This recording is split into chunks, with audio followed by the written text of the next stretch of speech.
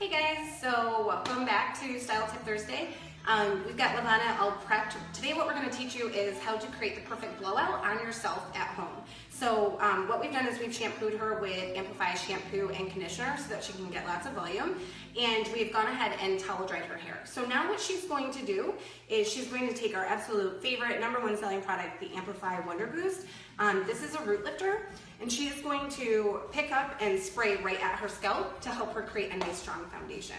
What we love about this product is it's actually almost like, it feels like water. It's not super sticky, but it is going to give her amazing volume. So she's just going to spray all over the scalp with the Amplify Root Boost. And the next thing she's going to do is take this Biolage Jelly, which is one of our favorite products for a nice firm hold without the stickiness when you're giving yourself a blowout or somebody a blowout. She's using about between a dime and a nickel size amount. She's going to work it in her hands really good and start at her ends and work her way up.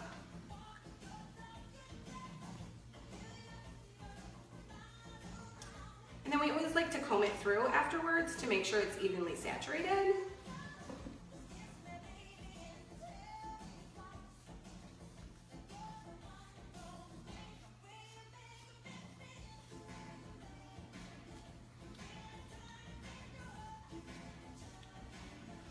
The next step is one of the most crucial parts about creating a blowout. So what she's actually going to do is start on the side and push everything up and over in the opposite direction. So she's going to do one side and then go back in and do the other side.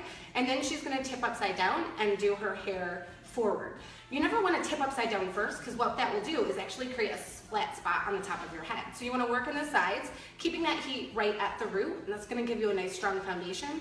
And she's going to do that just kind of blowing in that direction until she's about 80% dry. One of the reasons this is so important is a lot of people just get frustrated because they're trying to work a round brush and their hair is way too wet. So you're giving yourself more work. So blow it dry until it's about 80% there, and then we're gonna go back in and do the round brush. So we're gonna let her get started, and then we'll come back and we'll see what we do from there.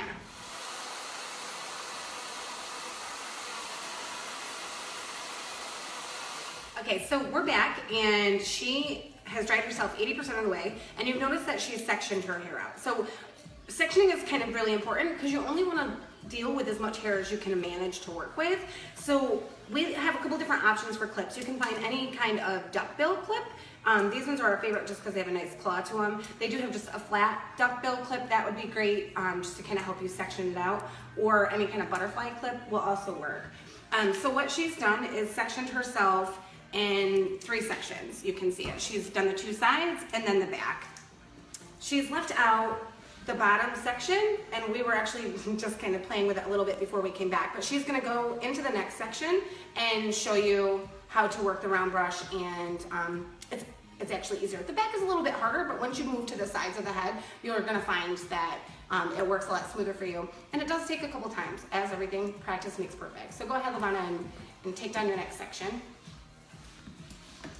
There's a couple things a lot of people get afraid when working with a round brush, because a lot of the time they've actually gotten the round brush stuck. The trick to that is to make sure you're keeping the section up so that you're not pulling in the hair from the bottom of the section below it. And that's when it starts getting tangled. So you just want to keep it high and working that round brush. So you can see she's trying to avoid this section here.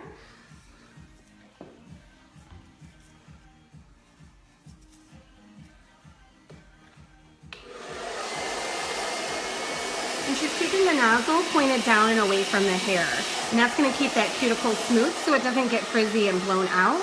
It's also great that she has that adapter piece on the blow dryer so that the heat is not right on the shaft. And she's keeping it high so she's not mixing in the hair from the bottom and just moving down the hair shaft.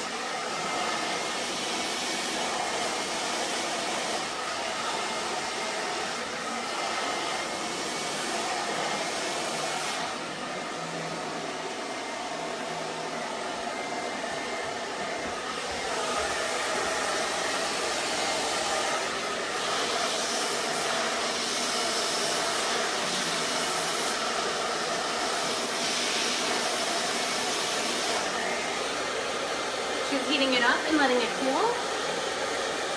And that's just going to give her that nice curl on her ends.